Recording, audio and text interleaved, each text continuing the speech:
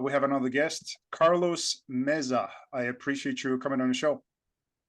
Yeah, well, thanks for having me. That's exciting.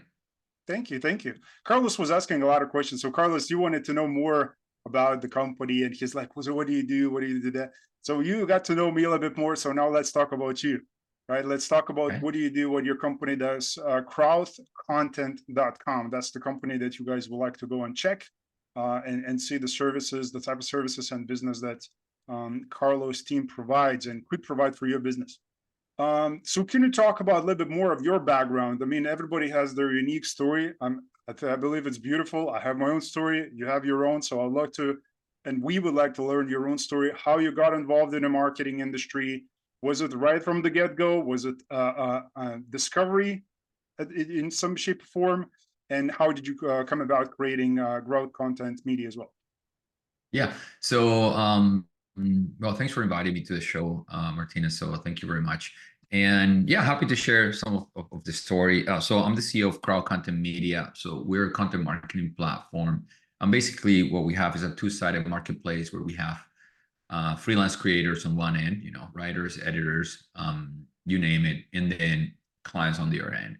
So we're a tech-enabled service more than anything. But just to make it simple, we help other digital marketing agencies, we help large brands and media publishers create outstanding content at a scale. So creating content is hard, and scaling it up is even harder. So make it consistent. Yeah, it is a tall ask, especially now that AI is involved in the mix.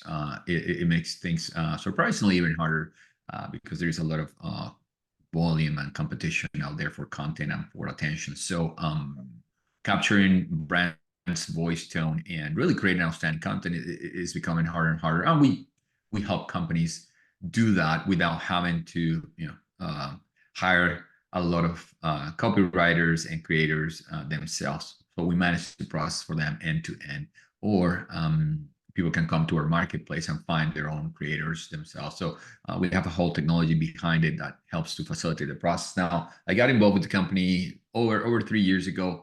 The company's now been around for almost 13 years, which is a lot of time in marketing and technology. So it's always been a technology first company. And I got involved 3 years ago. The founder has been grinding for over a decade, and he was ready to step back a little bit and have a professional CEO come in and help and grow the company. So I came in, we with a group of investors, we acquired the majority of the shares from the founder. He stepped back, took a smaller position in terms of the stock, and then I was appointed as CEO with the mission to grow the company and scale it up.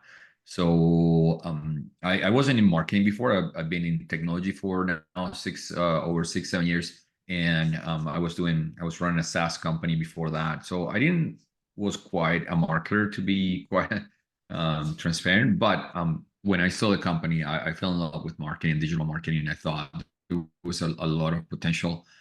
So I started running the company and really fell in love with digital marketing space, content creation, and everything related. So haven't looked back since.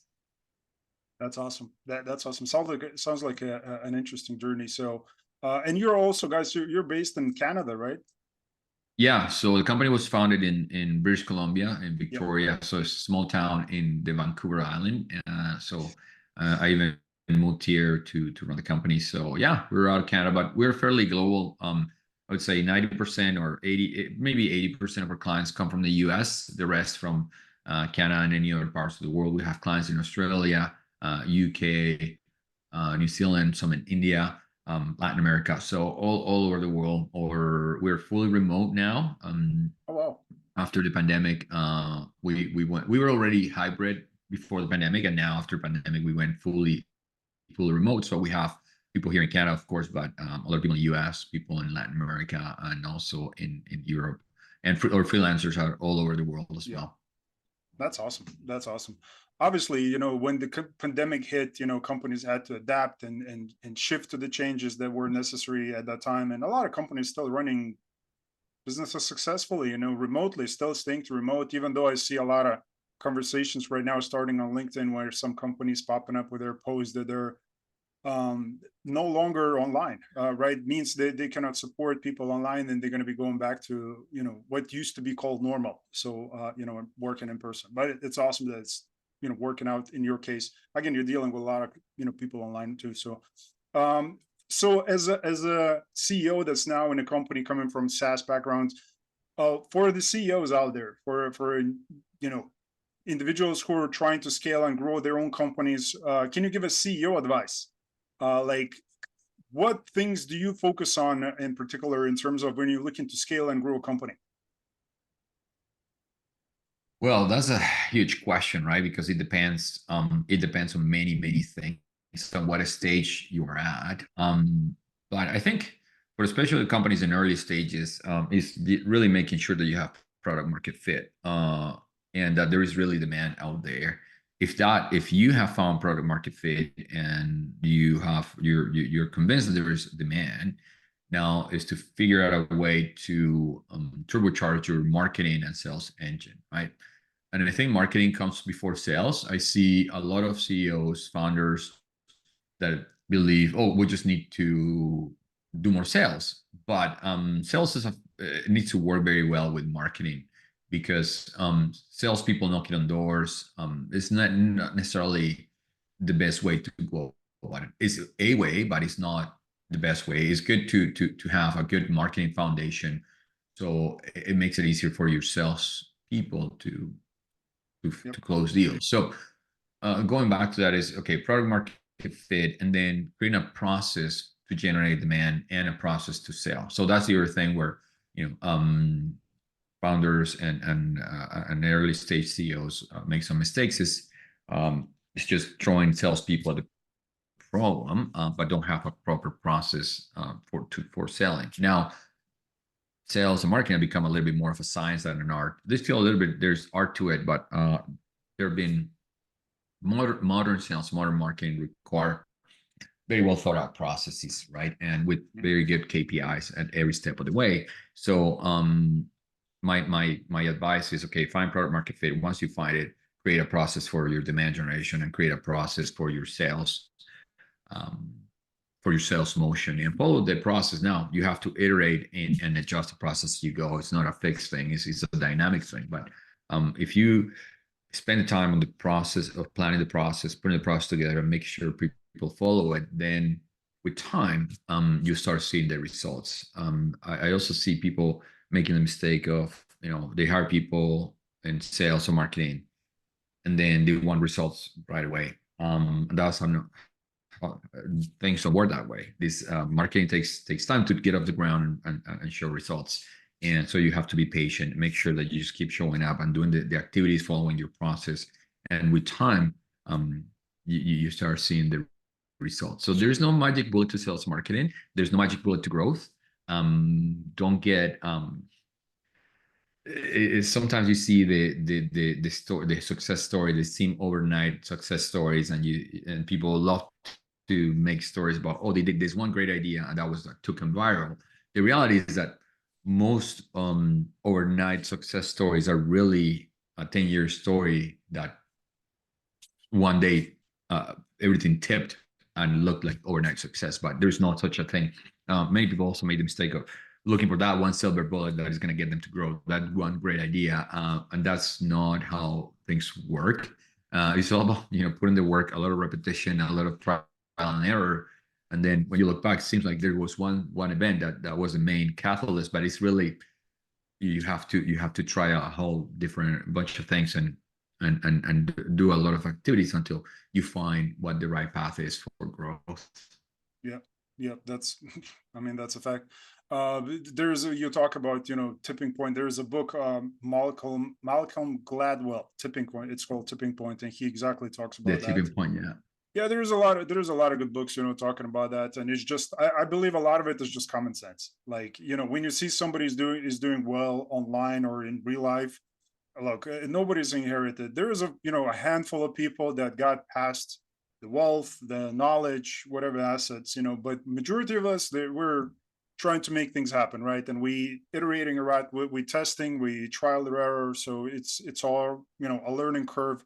But to speed up the process, to make sure we can get from a point A to the point B in terms of growing company, because statement, would you agree that companies die from inside out or outside in? What do you think is mostly?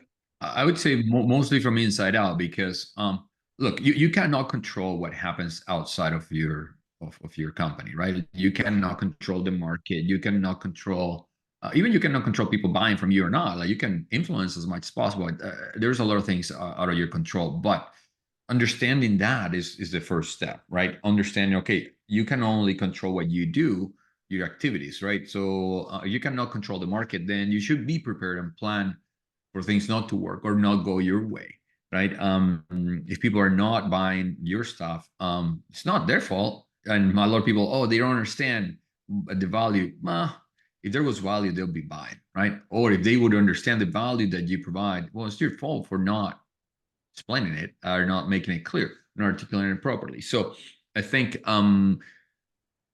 crises kill companies that are unprepared, right? Companies Okay. are not ready for change. They're not robust. They're running too heavy, too fat. We saw last couple of years some companies, that had to do massive layoff because they've been growing, and they were not prepared, right? I saw some companies in marketing space that had to shut down because they were not prepared to everything that happened over the last couple of years, right?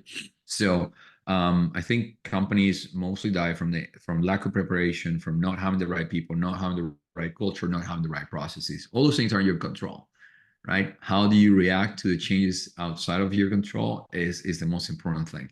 So yeah, we all companies that are around for more than 10 years are going to go through a crisis at some point, from external forces, right? They're going to go through a recession. They're going to go through disruption. They're going to go through something. But the companies that survive, the companies that are prepared, to have the right process, the right people, the right culture, all that stuff. So for me, I'm 100% convinced that companies die from the inside, the inside and not from outside in. Yeah, I'm with you because that's why I wanted to ask you just your opinion on that, because I talk about that all the time. That companies don't die from, external sources, right? It's not the economy. It's not something, a new technology disrupts something. Just like look at the stories back in the day. If it's vinyl, CDs, anything like that, any industry, right? So companies went under that been around for hundreds of years in some cases, because they were ill prepared. There were, oh, we're good. We've been around for long enough. Or sometimes it's a small company, oh, I just made a few sales, I'm good, I'm the king of, it happens, right? So being, willing to change, right? Adapt, willing to change, learn, and have a good team, people around you. So especially when you talk about sales and marketing, right? So in that case, if you agree, you say, okay, your opinion, same as mine, you say, okay, companies die from inside out. And you say that sales comes second after marketing first, right? So when do you recommend people? So let's say somebody is a solopreneur, or maybe they have a team of, let's say, a couple people, maybe, I don't know if HR is needed at that point, maybe CTO, maybe, CMO or anything like in that nature. And when they should start hiring marketing professional, if it's outsourced, like from crowd content media for different services, or in-house, like when is the time for companies to start doing that? Yeah, I think especially when you're starting, it's very important to first do things yourself, so you understand the nuances and understand the challenges, understand how it's done. Then, when you think that you have figured out the issue, then you can probably hire somebody, teach that person some of what you're doing, and let that person run with it. Or the moment that you have the funds and you can no longer do that task, and you can afford to have it, then probably could be a good point. There's no secret formula for it. I think is a matter of you as a founder allocating your resources, and your resources are time and money, right? So you should always be doing where you can add the most value. And if your marketing is not your forte, and you know nothing about marketing, you probably should bring somebody from outside that can teach you some of that can help you fill that gap. If you're better at product, which a lot of founders are. That's where they start. Like they're really good at the product. Then just keep focusing on the product and then bring some external help. Even it's good to start with external help because then you can learn a lot. And there's a lot of ways to make it a little bit more economical. So you can start with a small engagement with somebody that just for a few hours, right? Or for a few services, rather than trying to bring a full-time person and have to pay a lot of money for that. So again, I'm sorry for the wishy-washy answer, but it's hard. But I think you shouldn't put a lot of money until you have product market fit. So that's another mistake, right? Trying to sell something that doesn't have product market fit is going to just bring frustration. So it's better your time and resources spent in getting product market fit. Then when you get that and you're convinced, okay, now I just need to put gas on the fire, then maybe that's where the time when you start investing in marketing and sales. Now we're talking about, okay, so allocating the funds. So let's say made a first sale, right? Even though we say, okay, marketing comes first after the sale. Sales are needed. You know, sales revenue is the lifeblood of a business, right? The business is not making any income. You need to go back to work. You need to go back, maybe close the doors. I don't know, right? But again, if you say you establish a perfect, you know, product market fit, you did your research, you're an ethical human being. You maybe know one or two things about sales, and you're maybe a decent communicator. You can go out there and close your first deal. Okay, now you kind of get the ball rolling and start hiring people. So for marketing in particular, again, as I'm looking at your services on the website, what do you think should come first when we talk about marketing? Because we can talk about a lot. So your company provides a variety of different services, right? A lot of it is writing, if it's copywriting, ghostwriting, blog articles, press releases. So in that nature, like even SEO content, right? So what's needed for the companies the most? Like, what do you see? Even, you know, not looking again, if you're looking at your services or just in general, what companies should start with in terms of creating content and promoting themselves as a business? Yeah, well, I think content comes second, it's not first. Content, the first thing that you need is a marketing strategy or a go-to-market strategy. Got it. Right? Okay, am I going to go direct? Am I going to go through channel? What is my marketing strategy? What is my target market? Who is my target persona? What are their pains? Like that's the very first thing when you're marketing, right? And then from that, you can choose your channels and then how to reach those people. And then come the tactics. Like content is part of the tactics, right? Like it's part of the execution of your marketing strategy. Because let's say if you are in the aerospace industry and you are targeting big government agencies, they're not going to find you with an ad. You know what I mean? You're not going to put an ad in TV and they're going to find you, right? So this is more like relationship based. So maybe your marketing channels are different, right? But that will be a result of your marketing strategy and your marketing research. So you're gonna do some research and understand who are your target clients and what is the best way to reach them and get in front of them. Maybe it's events, maybe it's through digital marketing, through SEO. But again, content comes when you're executing, and you can have a content strategy as well. I mean, I think content has to be present in everything that you do, marketing, sales, even product, to get your brand awareness. And content is always going to be a piece of marketing. But before all that, before you start executing on your content, and one mistake that I see very common is not having a proper strategy. Right? We get people say, okay, we want to start creating blogs, and we ask them why. Why do you want to create blogs? I mean, yeah, like this is not like, you need to be very clear why you're trying to do the things that you do, right? Like as much as I like to take people's money, like I don't want to take somebody's money if it is not for a good reason. You know what I mean? So if you don't have a sound strategy and then you come and buy something from me, and that doesn't work because you didn't have the right strategy, then you're gonna probably think that my product is not good. But the problem is that you didn't have a proper strategy. So what I'm trying to say here is that the first most important thing for marketing and for sales is having a proper strategy and a proper plan before starting executing. And look, you're not gonna know everything, but you need to start with some high-level plan and knowing that you're gonna have to iterate and find things along the way. But even if it is just a simple high-level plan, is better than no plan whatsoever. So again, content comes when you have your plan and you say, okay, digital marketing is the way to find these people. And then within SEO or even paid media is the best way. But if it's SEO, then okay, you need to create blogs, and then maybe you want to also go to social media and whatnot. And you need to also create content for your sales enablement, case studies, all that stuff. But again, content is a result and it's a tactic more than a strategy. You need to have a very proper marketing strategy before starting putting pen to paper. Yeah, yeah. Oh, that's a fact, because I was also kind of jumping ahead here with the question. Definitely, 100%. It comes, with a plan first, right? Because I personally love strategizing, just thinking about the next move. It's like a chessboard, right? So we have to think thoroughly, like, okay, who's going to do what? If I'm going to push this, what the implications of that move is going to be over a week, over a month, over a year, right? So it really comes down to a proper plan, and of course, some unknowns will always will come, your way, because you can plan as much as you want, but some external things still will influence you. I mean, it's to a degree. But speaking about, again, articles and SEO, so for example, when you deal with the businesses and once they decide, okay, we have, for example, I'm an insurance company.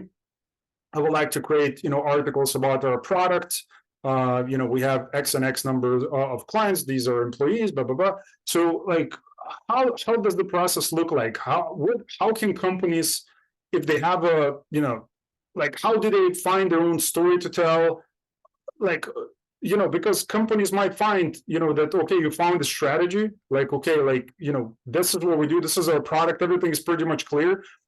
This is what we like to talk about. It's insurance. Like, we want to talk about our product, but without being too salesy, right? But again, reach the audiences, right? So so what's the process here? So let's say if I'm using that example of an insurance company, like, what do you advise for me in terms of articles and placing them? So just the entire bit, like, how does it look like? Yeah, I mean, so if you want to reach your audience, first of all, you need to know who they are, right? If you're an insurance company, okay, are you trying to do commercial insurance or are you residential insurance? Okay. And who is the people that, that not only buy, but influence that purchase? Let's say, if it's insurance for your kids, but the kids, you're not going to target the kids, you're going to target the parents. Or if you're talking about commercial insurance, maybe you want to talk to a facilities manager, but that person gets influence or had to have, that maybe that person is not the buyer. They have to have a committee, right? So who are you trying to target? And also, what are the pains that you're trying to solve? Some mistake that I see common is like people love to talk about their product and their features. My product has all these things, and my insurance, we cover all these things, and then you have travel insurance, but those are features. Tell me, what is the outcome that what is the outcome that I'm gonna get out of your product? People don't buy products, people buy outcomes, right? Yes. So when you buy insurance, what you buy is peace of mind. That's what you're buying. You want to know 100%. you're not gonna have to worry about if your factory burns down or your car, if you're getting in an accident, you want to make sure that you're gonna be taken care of, and you're not gonna have to come out with a bunch of money that you don't have in that moment, right? So you're buying peace of mind. So you need to focus on that outcome and what are the pain points that people come across. Oh, my insurance is hard to communicate with. My insurance is hard to understand. I don't find an insurance that is affordable. Like, those are the pains. So you focus on those pains, and then you focus on, okay, where I'm gonna find these people. Are these people, if it is personal insurance, probably not like almost 100% of them are going to be on the internet looking for. So there might be Google and life insurance or car insurance, right? So then you go and target them where they are, right? If it is on Google, one SEO is going to be probably your main channel, and then you have to have a proper SEO strategy. Okay, what are the keywords? Because maybe you are on the travel insurance business, so your strategy is going to be a little different if you're in the pet insurance business or you're in the commercial insurance business. So all those things are very key. And again, who are you targeting? Let's say if you're travel insurance, are you targeting, of course, people that travel a lot, right? Or maybe business people that do a lot of travel. So all those things are very important to figure out. When you have all those things, then okay, well, what are the topics that I want to cover? What I want to tell my audience to give them value so they can find me? Then you can give them content around. You need to think about the funnel. Okay, so there's awareness, consideration and purchase, right? So you look at the different stages of the funnel. So the message is different for each part, right? Like, in the awareness part or the informational part, that the insurance, like, you need to tell people, okay, you might have, if you don't have insurance, you have a problem, right? Here's a problem that you have if you don't have insurance, and you might want to be people aware of the problem. Now that people know what problem they have, you want to create content when they're already, okay, I know I need to get insurance, but how do I go about it? Where do I find it? Then you give them content about how to pick the best insurance, like, what are the options? And then when they know, okay, well, I know that I need to get insurance. I know what are my options. Now tell me why I should choose you, right? So then you create content for the bottom of the funnel, but tells you, okay, you should go with us because we are the best for, at travel insurance because of these reasons, and these are the outcomes that you're going to get out of us. So you need to look at the funnel. You need to look at where your people, where your audience is, who your audience are, and what are their pain points, what are their dreams, their fears. All those things are very important. Emotions play a lot in marketing, right? So you need to understand those things. So after you have that, then you can now create a content calendar and start creating the content that you need, right? Is it blog post for SEO? Perfect. If it is maybe a newsletter for your existing clients or for prospects, maybe it's case studies, right? Okay, we did this for this particular client. These were the outcomes. So depending on again, like where your audience is, then you can decide, okay, what kind of content you want to create. Maybe it's the social media content, right? Facebook, Instagram, TikTok, they're great for and YouTube, they're great for D2C, right? For direct to consumer brands. So yeah, that's part of the process, picking the channel, then the message, and on all these things that I just spoke about. Yeah, that's a very good advice. That's a very good advice, and cannot agree more with that. So look, regarding writing the content, right? Obviously, there's companies who provide that, as a service. How do you think now, talking about this big topic that everybody speaks about, we have serious marketing event coming up in June. And when I look at it, like the agenda, and obviously you speak in there, and you probably seen there's so many AI topics, right? And I'm sure, AI is a word that's probably being thrown around in your company as well. So how do you believe that is playing right now? Because writing is a big piece. Now, again, a lot of people, individuals, influencers, mid-sized companies, or even bigger companies are using Chat GPT and other services like WriteSonic and many others that can do SEO proofread kind of articles that they extract from internet and kind of create, your own unique, probably unique, articles from that. So do you believe that's the way for businesses to go? If because everybody's looking for that. Everybody's looking for those tools, and those are great tools. Or because for me, and I'm not biased, again, I came across a company, I know what you do, so we're not here to talk about and say you should go and use the crowd content, but I believe in humans, right? And again, you have 6,000 talented writers that are waiting for people, individuals. So when a human writes a blog, and I don't know if they're using those tools, right? Because some people might be using AI and whatnot just to polish their content or whatever that is. But I assume, let's say they're writing by hand, right?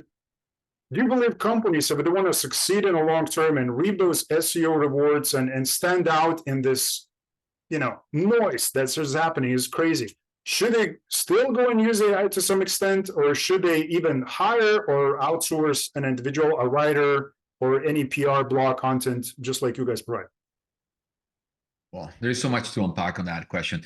So let me start by saying, like, everybody should be using AI in some shape or form today in their job. Like, it's like when Excel came out, right? If you're still doing spreadsheets by hand, like, what are you doing? You should use Excel or even Word, or all these tools, technologies help us to make our work easier and faster, right? So let me start by saying that. And we are a company where we embrace AI. Now, when you're talking about content creation, you mentioned a word that is very important: unique.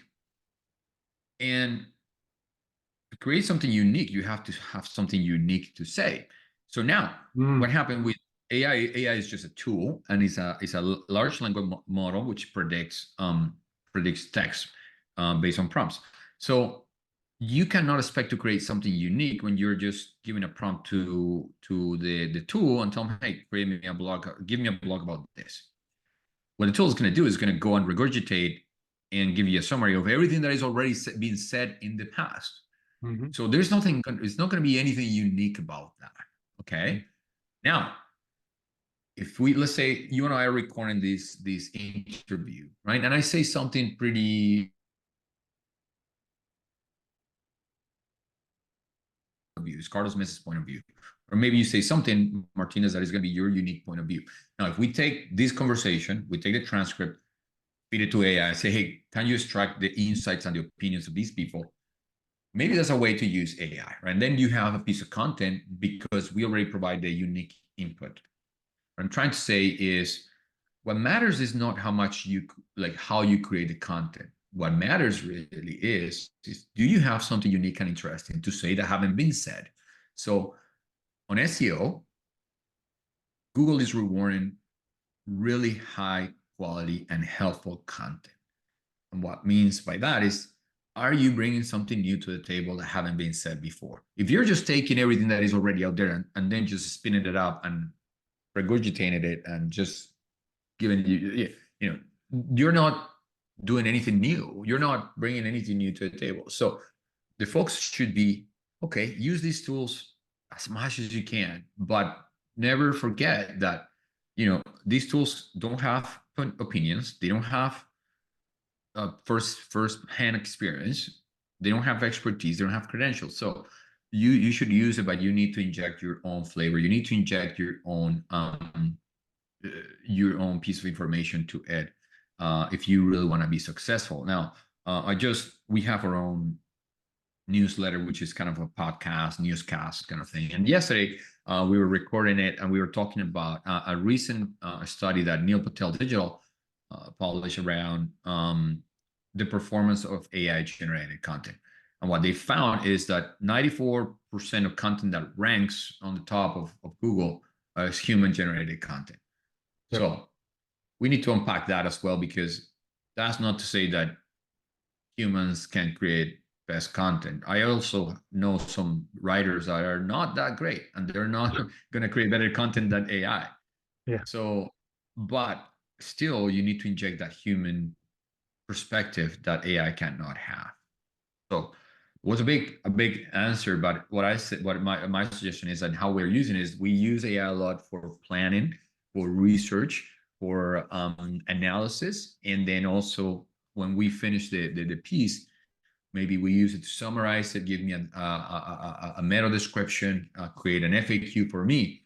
But it's very important. We're giving it original input. So we're bringing maybe data that doesn't exist, right? Like a first party data, maybe a survey, or maybe an opinion, a point of view, which the LLM or the AI cannot bring to the table. So you should use it, but make sure that you use it where it adds value, right? There is no silver bullet.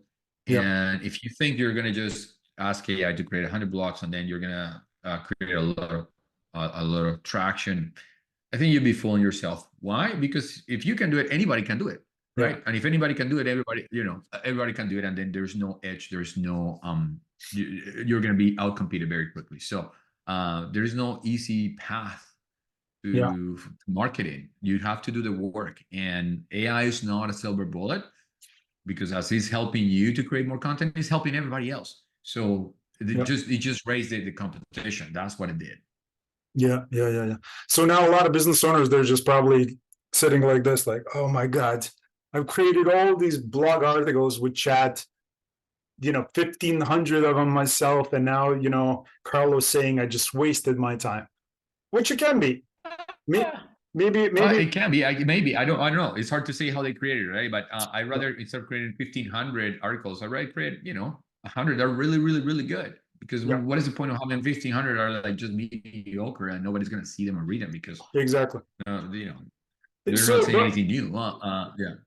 Yeah, but again, AI is also getting better as we speak. 3.0, 4.0, and 4.0. So it's getting better, and there's all these different tools. And now I was speaking with an individual, and he said just a minute ago, and he said when we as a company purchase any AI softwares that helps us to automate, to process things better, we don't purchase them on an annual basis. We don't buy subscriptions on annual. We'll buy on monthly basis. Simply for a reason, because there's something newer, quicker, better, faster will come up probably next month.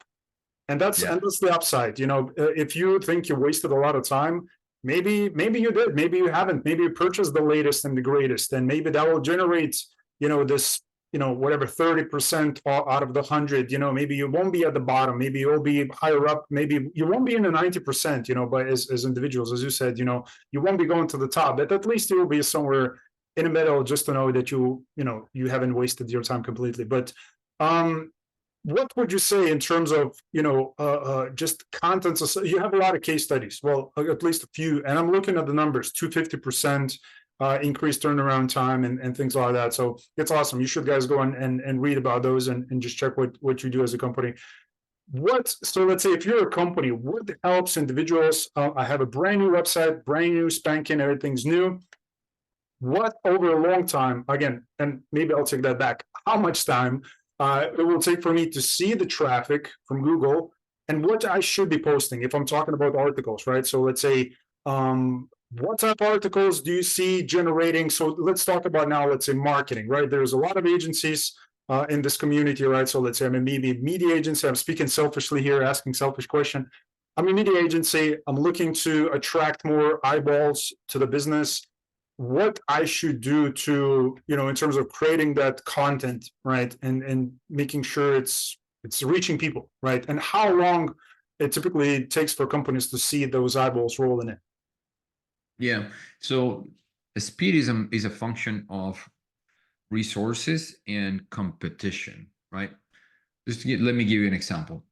If you were to Google basketball sneakers, like, you know, and you wanna come out with a new brand for basketball sneakers, and then you wanna outcompete Nike, Reebok, and Adidas, like, you know, it's gonna be very, very hard. So unless you have the unlimited money, right, or unlimited time, it's gonna be very hard to outcompete those brands, right? No.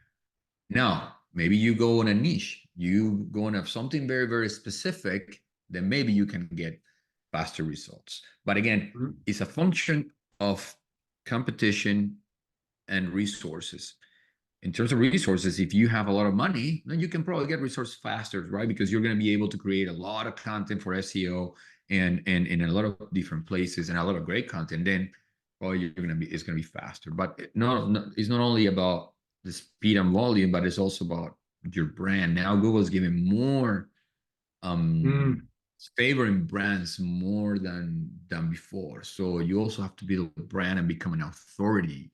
So it could be as short as a month and as long as a few years, right? So I give you our case. So we've been doing this now for 12 years, 13 years almost, and we've been publishing content consistently. So we see that those results accumulate and compound, right? But we've been over a decade doing it. So now we publish an article and we see traffic day 2 or 3 after publishing an article. That's not the case for a brand new website. A brand new website is going to take no less than 3 to 6 months to start seeing some traction, right? And then you want to target. You should start targeting keywords where you have a chance to compete. Maybe longer tail keywords, right? Where you have, because you want to start creating that traffic, right? And then if you build that momentum, you can start targeting keywords that are harder and harder, right?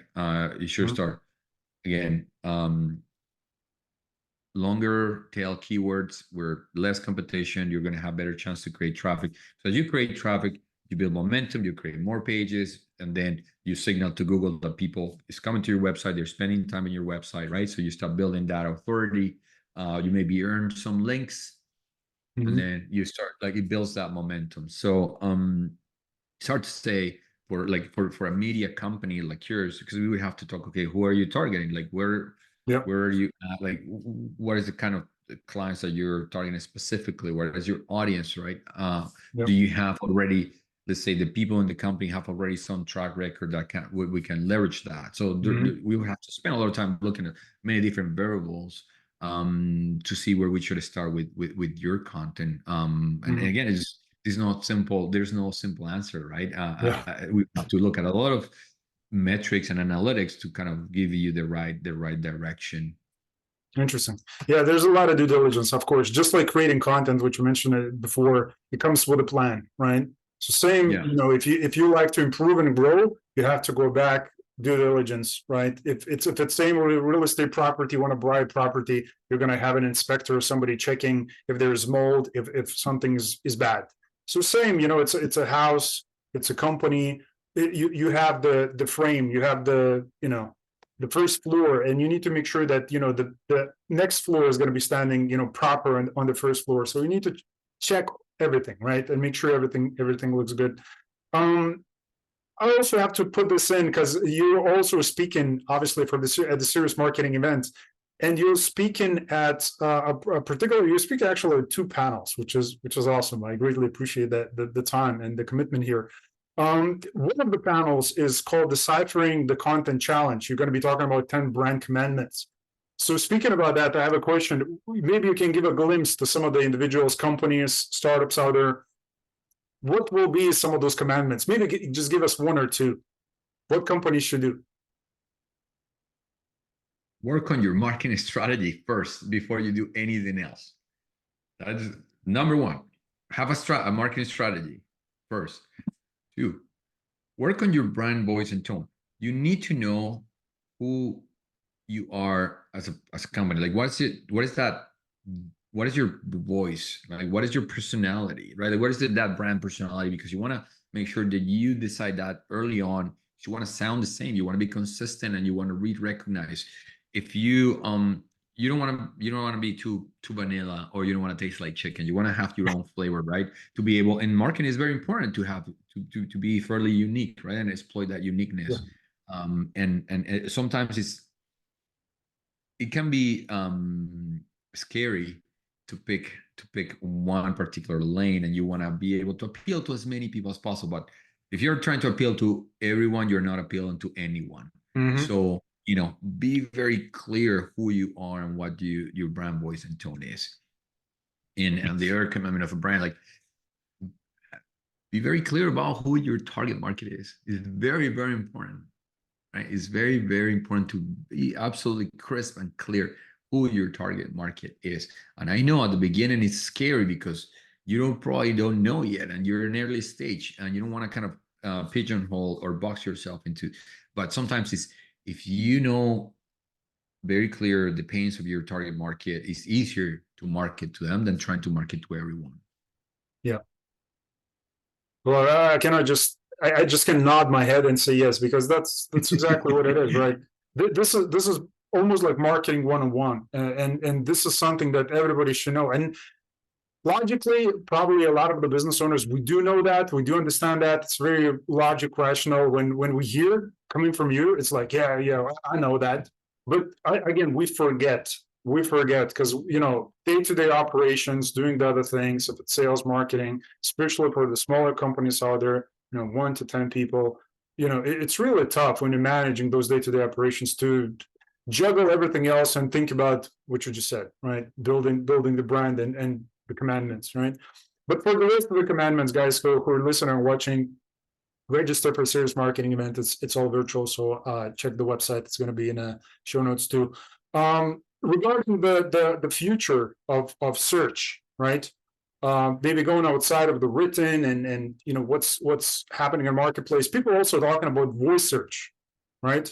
You know, being found. So what do you think the next chapters are going to be for the companies out there? You know, anything fancy like that, like a voice search?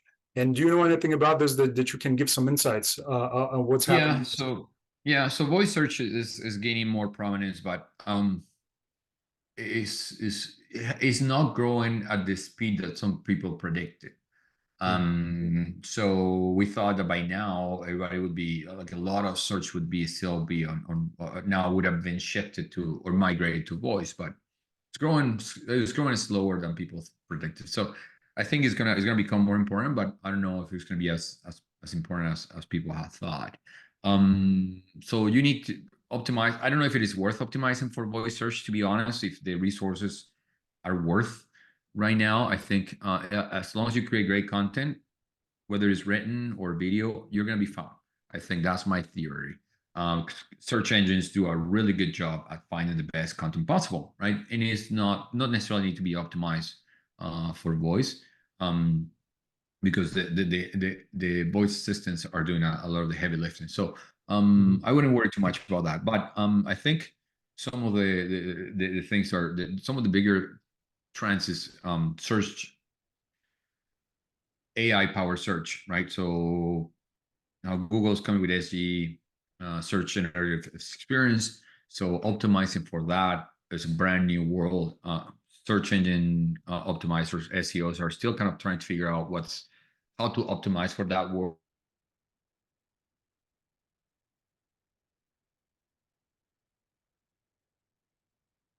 Answer. So I think that's the future. Like search is going to migrate. A big chunk is going to migrate to that. And we're going to have smart assistants. Now, are they going to be voice power or not? It doesn't matter. I think with ChatGPT and Siri and all these assistants, that's going to play into the AI power search. So we're going to need to optimize for that. And the thing is that, some informational queries, like some very matter of fact queries, are going to be taken by AI. Meaning, in the past, you could rank for very simple things like how to change a light bulb, and the AI is now going to answer those very matter of fact questions, or how to boil an egg. Things like that are very simple. Creating a blog for that is not going to have any value anymore, right? So you're better off creating content that is thought leadership, that is more like editorial type of content, right? Where you Like have evergreen content, right? evergreen, but also that is not matter of fact, because the AI is going to answer those queries. So you have to create content that is going to have something more to it, right? There is something more like an opinion, a personal experience. Again, it has to be written by a human.